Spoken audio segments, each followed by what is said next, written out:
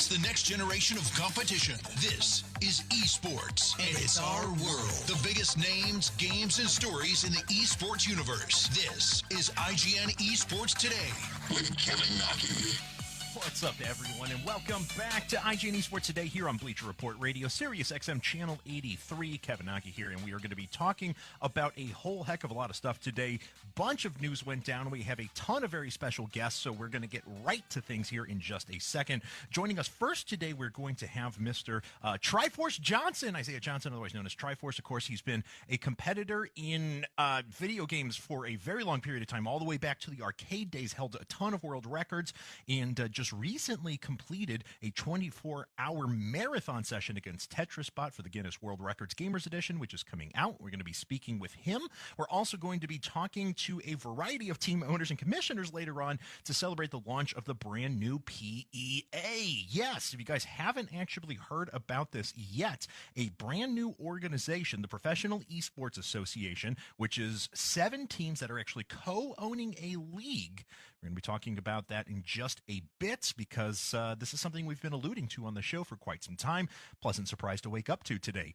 And to that end, we're going to have on Andy Miller, who's the chairman of Energy, also the co-owner of the Sacramento Kings. We're going to have Jason Lake, who is the owner of Complexity, and we're going to have Jason Katz on, who is the commissioner for the new PEA. So lots of stuff to talk about, and we want to get your perspectives on this brand new association and what you think it means for the future of esports. If you want to hit us up and be part of the conversation, you can find us at 844-BR-RADIO. That's 844-277-2346. You can also find us on Twitter at SiriusXM Esports or at Kevin Naki. And we have a brand new email as well if you want to send us your questions and your thoughts, especially about what you think about this new PEA. Send them to us at esports@SiriusXM.com, and we'll actually bring some of your responses and read them on air. But let's go ahead and get things started with the download.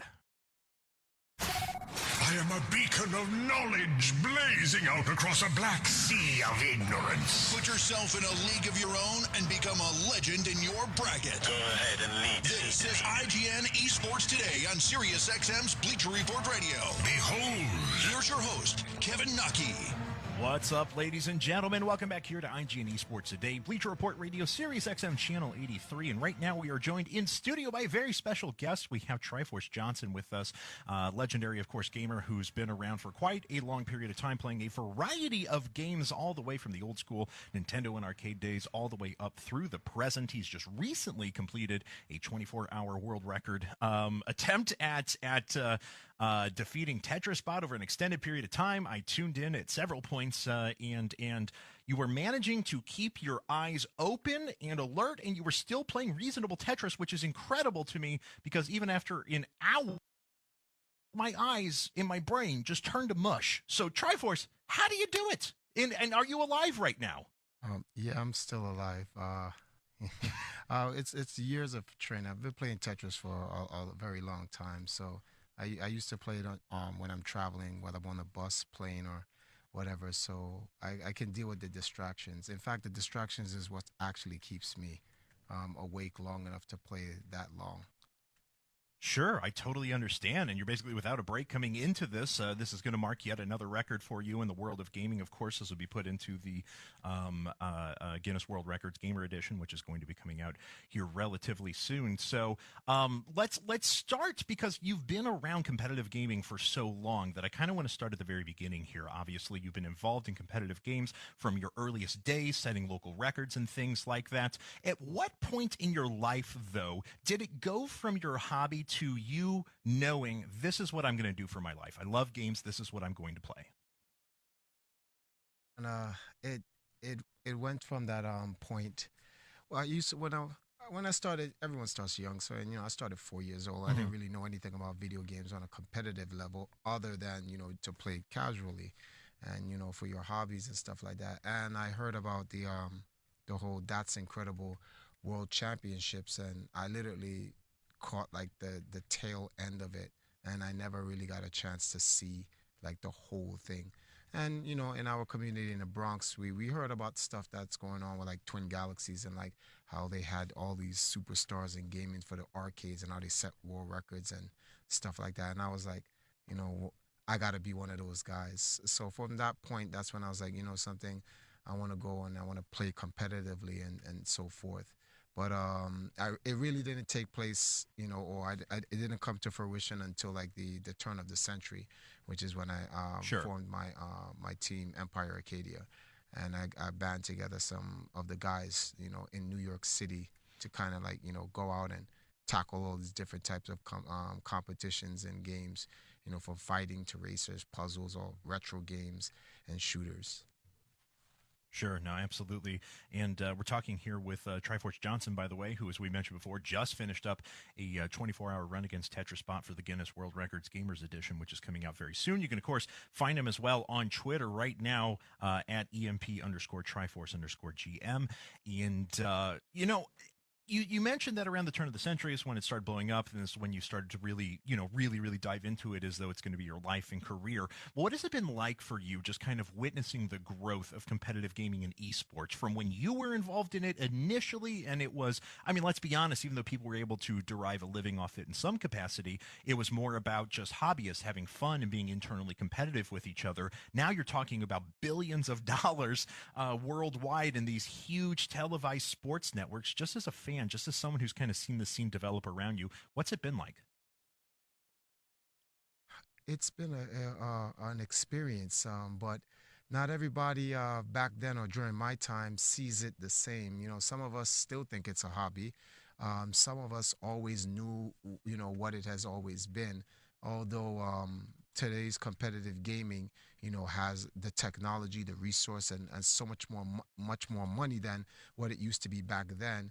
Back in the 80s, we already saw the infrastructure for esports, and it was there. There just wasn't as much money, as much Mm-hmm. resource, and as much technology as we had today. But back then, video games made it on TV. Video games had an infrastructure and so forth. And we knew at some point there was going to be like some type of industrial esports revolution. Made it on TV, video games had an infrastructure and so forth. And we knew at some point there was going to be like some type of industrial esports revolution where big companies are going to come in and take the whole infrastructure and like the foundation of like you know competitive gaming and take it to the next level. So it was only a matter of time before it happens, and I've literally watched esports literally evolve through Mm-hmm. different stages, going all the way back from the 80s with Twin Galaxies to the 90s with ESL to the turn of the 20th century with MLG and to now with the LCS and all these other guys. So I've literally watched it all happen, and we're in the part where you know I guess this is the most significant element of it because you're getting these corporate Mm-hmm. sponsors who are coming in and investing, like you said, billions of dollars. Now, something though that I think is very interesting about the world of esports today compared to what you're describing back then when you saw this could happen, this would be a possibility, the infrastructure was there, is that a lot of games back then that were even played competitively were largely individual achievements that were then measured against each other, whether it was going for high scores on a leaderboard or it being some sort of a single player game to see how quickly you could compete against someone. Nowadays, esports are primarily competitive, where you have a direct multiplayer competition between two people, between two teams, whatever the case may be. Do you think there's ever a possibility for there to be a truly resurrected esports environment for the more leaderboard style or high score oriented games that are out there, or are we kind of forever caught in this multiplayer competitive world now in esports? Oh, that's a great question. Uh, the esports, let's call it retro or classic esports, so to Sure. speak. If you really want to look at it, think of it like golf. In golf, you really don't play against the actual person; you're playing against the course. So in classic esports, you're really playing against a virtual course, which is the game, and you set a score, and that score has to beat the other person's score. Now, esports has completely evolved immensely. So Hmm. we don't have that anymore. But to answer your question directly, could we see a time like that? Well, I'll just say this to you. I've been talking to Walt today, and looking to bring that back. So, it's looking good. I can see a time when, when it gets back to that level, and, classic esports will be included with the modern age of esports. But this is not to take away from today's competitive atmosphere. This is Sure. the direction it needs to go. Evolution, tradition is great, but at some point you have to evolve. It's just you want to at the same time pay homage and give recognition to its foundation. But for the most part, esports is going to be what it is now, all the way to when esports becomes virtual esports. Right. No, absolutely. And I think you kind of allude to something too that I want to talk to you about. I think is pretty interesting. Is that we've had a revolution in well, I mean, let's just call it online technology and the internet in general that shifted video games from largely being something that was community based. You either show up at an arcade or your friend's house, you go to physically get a copy of the game itself. Nowadays, most people have a PC or a console. They download the game at home. Their only interaction with people is just over their headset or something like that.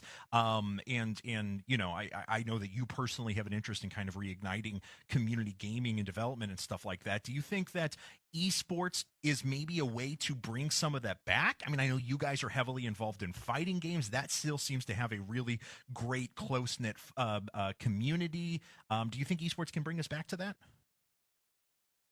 Yeah, that's a great question. I don't know if you did your homework, but you're asking them some really, knock the ball out of the park questions. But Try my yes, best.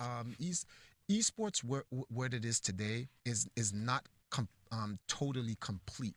It's still missing certain elements, and there's going to become a time where the current ecosystem, the current infrastructure for esports is going to merge with some of the more cultural aspects of yesteryear, and Hmm. then you're going to get the total combined package of what esports is actually supposed to be. It's much like how Barcade operates. The arcades are dead, but Barcade found the way to bring back the arcades into an Yep. environment, a social environment that was conducive for their business. And I think that's what esports is kind of missing, because the technology, because everything, most things are online, it kind of separates us, and it's not as social as it could be, like back in the days where you met your guys up in the arcades and so forth like that. But the advent of like the stadiums now being packed for these huge esports events is bringing that back up, and you're going to see more of that. And when you get these entities that say, something, let's get into the actual dynamics of the players themselves, their lives, their stories, how they got into video games, what makes them love the competition and the culture of the video games, then you're going to see the mainstream really take a great interest into esports, because the video games will always be the content, but the players are the context, and the context is the driving force of esports. Oh, absolutely. And we're talking here with Triforce Johnson, who just completed his 24-hour world record attempt against Tetris Bot for the Guinness World Records Gamers Edition, which is coming out very soon. And you can find him on Twitter at EMP_Triforce_GM. So something I want to talk to you about as well is the shifting hardware landscape. And I know that sounds odd, but obviously, you have been partaking, in release day launches for consoles for a very long period of time now. It's always that fun element of being there and getting your hands on the newest game system. I've never lost that fun aspect of my childhood. I still enjoy every time I get to open up a new game system or something along those lines. Now, obviously, what we've seen though is that game systems, consoles, whatever you want to call them, as a concept, I don't want to call them slowly fading away, but the gap or the bridge between those and a PC or even a mobile device in some circumstances is that line's starting to get blurred a bit. So even yesterday during the Apple event, we had Nintendo announce that they're bringing out iPhone games. So where do you think we're going with gaming hardware? Do you think that we're going to move to still have this like segmented console PC environment? Do you think we're all moving to like one system? Kind of how do you see gaming hardware shaking out in the next 10 or 20 years? Well, gaming hardware's end game is to return back to the matrix, the master race, which is PC. 'Cause that's what video games are. They started off as PC,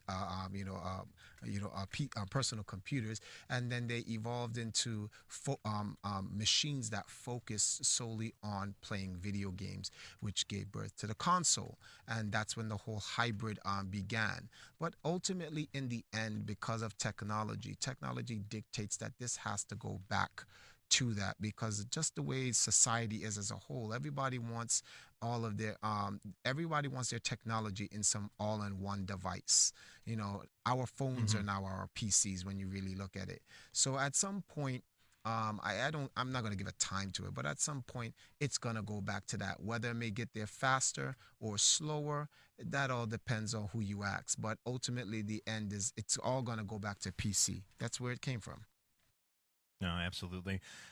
Okay, so got a last couple of questions for you here, but one thing that I'd like to know is you personally, when you're not training, for an event like this, where you're going for a world record attempt or something like that, what games do you play on a regular basis? Like how? Because I always love asking people that are involved in competitive gaming, esports, whatever the case may be, what sort of games do you play to wind down in your free time and stuff like that? Now, most of the people that I talk to are obviously like your hardcore Counter-Strike or League of Legends players that just play 12 hours of League of Legends and that's it. Obviously, you've competed in a variety of retro esports. So what do you play for fun? Well, believe it or not, within the last 2 or 3 years, I really don't get enough time to play video games. I'm always with True. my trusty Nintendo 3DS playing Tetris. That's the only way I was able to get this record, because that's like literally the last 3 years. I just play that. I'm really busy, traveling to Latin America, primarily the Caribbeans, and I'm getting ready to go to Africa because I'm working on helping to develop esports infrastructures in those areas. So Oh, that's great. recently, I just talked to a bunch of guys in Africa and from several different countries, and we're working on forming an esports federation for Africa.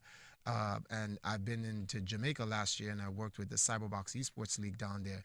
So I really don't necessarily have the time to play console games anymore like how I used to. In fact, this Guinness World Record 24-hour stint is the last time. I can't even remember the last time I had a marathon like that where I've played video games for that long, or even half that time within the last 6 years. Yeah. No, it's weird because as someone who works in the industry too, recently I found a little bit more time, but there was a long time there where it was like, oh, I'm working on video games all day and I can't play them when I go home. It feels kind of frustrating because you're a video game fan. You just want to play video games. I know the feeling. Okay, so you actually alluded to something there. I want to ask about as our last question here. Esports internationally, I do agree with you. I think it's important to start developing the infrastructure in other places, because I think especially, and I don't know if you agree with me on this, but the world of esports has been a fairly privileged industry, to be honest. You have to have a computer, you have to have a reliable internet connection, you have to have grown up in a society that allows you to the flexibility and the freedom to play video games, to interact with electronic games on a regular basis. And I don't think enough attention has been paid to just trying to get more esports in the hands of people to get more competitors. So could you talk a little bit about, kind of maybe what you're doing to help spread the infrastructure of esports and what you're looking to accomplish? Well, that's a good question. This is going to be a little bit long. Well, I'll try to keep it short. Yeah, Sure. but when you look at esports globally, the United States, some parts of Latin America, obviously the UK, and then the Asias, Korea, Japan, now China. These guys are already building up their esports infrastructures, and some of them are already set.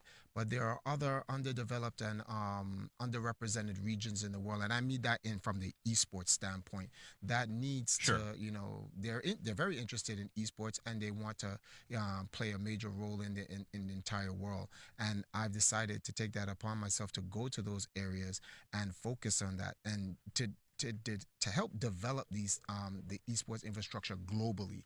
It's not just about going and creating leagues and setting up tournaments and getting sponsors and stuff like that, but to also focus on some of the social elements behind it.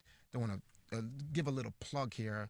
The Great Big Story just picked up a short documentary about me called Triforce, and in it it shows you the life of what I actually do, literally, and the struggles, the trials and tribulations, and the failures and the success of what I do. And I try to take these things and I go around the world and I try to promote them and push them in those worlds, because I want those aspects of that world to find their version of the Triforce, a story that they can dig into and build their foundations from there. So, whether it may be helping to develop new esports games, like I'm working with this company called Imagination Vent. They're literally making a dedicated esports fighter, literally, and they're looking to display that at some point later on at this year. And then the beginning of next year, I'm working on a book with Majarian Publishing, which is an ebook that talks literally about esports globally and how to tap into those areas and the things that I do. So it's a bunch of stuff that I'm doing that all leads. It's all these little pieces, compartmental pieces that make the entire picture whole that I'm focusing on. And for countries like Africa, they have, an esports league down there already, but it's in South Africa. And there are other places that want to get involved with the International Esports Federation. I want to go down there and focus and work with those guys and help those guys. Same thing for Jamaica, same thing for Latin America and so forth. So that's awesome. Little by little, we'll get there. Little by No, little. I can appreciate that, and I think that's a wonderful point to end on. And hopefully, we'll be able to support you in those goals too, because esports should be worldwide, and I'm glad someone's getting out there and making sure that everyone knows about it. Triforce, thanks so much for joining us today. Really appreciate it. Congratulations on the marathon again, and we'll catch up with you soon. All right, that is Triforce Johnson. You can find him over at EMP_Triforce_GM on Twitter. And like I said, he just recently completed a 24-hour marathon against Tetris bots to be put into the Guinness World Records. And there you have it. Doing some cool stuff, too, as well, with trying to spread esports across the globe and to the Caribbean and Africa as well.